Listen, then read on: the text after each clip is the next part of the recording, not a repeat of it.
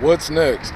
Part 1, Part 2, and Part 3 from the completion testimony of the Sent Believer.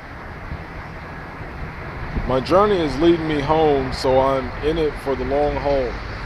When trouble seeks to find me, I know who to call. Protection in the highest, more protected than people could ever know. So I make inquiries so I may see all that he can show. There is a great amount that I can learn, and I have been told that I never stop learning, making the most of life to keep that hunger burning.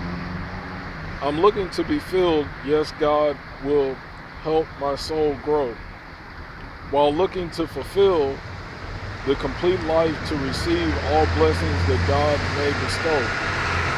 I know I'm not the only one that enjoys to be rewarded, looking at life from the highest point till the everlasting life is awarded.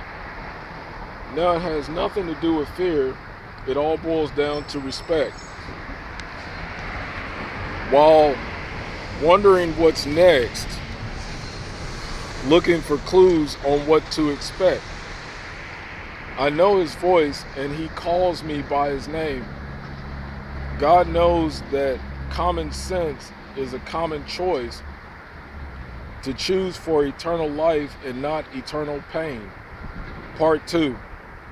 The honest profession in the honest life can become really graphic, since I'm trying to avoid doing wrong over doing right. You wouldn't believe where a milestone in life can take you.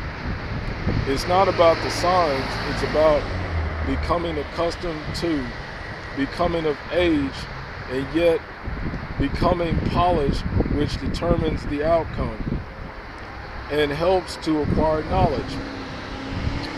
All the information in the world cannot make you a success, but all the pertinent information for my life can show me how to not settle for less. The way I look at it, the way I look at the picture now is from an entirely different perspective. My individuality never changes, only my God-given life retrospective. Many of us see the same instances and examples over and over. All I have to do is slow down the picture show and ask God to look my life over. Many of us people in life try to examine each and every part of the big picture, when really all we need to do is prepare to watch patiently for each next scene in the big picture. Part 3. The big picture isn't as small as many of us would surely think. More than any of us can contain, deeper than the most perfect human would think. Remember the Jesus story and how many stories he told? As unbelievable as it may seem, his stories have been around for years but never get old. You see, the human mind will never comprehend the complete meaning and mystery behind each story, while looking through the window of his life to find out why his stories became the most told story. Yet and still, with nothing to gain, life for me became very real.